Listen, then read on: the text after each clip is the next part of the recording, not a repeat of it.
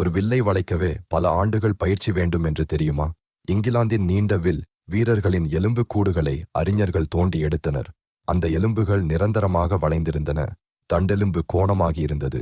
இது வலியால் அல்ல, பயிற்சியால் உருவான மாற்றம். ஒரு ஆங்கில நீண்ட வில்லை இழுக்க சுமார் 73 கிலோகிராம் வரை சக்தி தேவைப்படும். இன்றைய வீரர்களால் கூட அதை எளிதாக இழுக்க முடியாது. ஆனால் ஷெர்வுட் காட்டின் வீரர்கள் இதை தினமும் செய்தனர். சிறுவயதிலேயே தொடங்கி உடல் முழுவதும் அந்த வில்லுக்கு ஏற்றாற்போல் மாறும் வரை பயிற்சி செய்தனர். ஆவணங்கள் சொல்கின்றன, சிறந்த வில்லாளிகள் 100 மீட்டர் தூரத்தில் ஒரு நாணயத்தை துல்லியமாக தாக்கினார்கள். இது அதிர்ஷ்டம் அல்ல, இது ஆண்டுக்கணக்கான ஒழுக்கம். ரோபின்ஹுட் வெறும் வில்லாளி அல்ல, அவன் தன் உடலையே ஒரு ஆயுதமாக மாற்றிக்கொண்டான். அவனது ஒவ்வொரு அம்பும் தீர்க்கமான உழைப்பின் விளைவு. அதனால்தான் அவன் வெறும் கள்வன் அல்ல, ஒரு புராணமாக மாறினான்.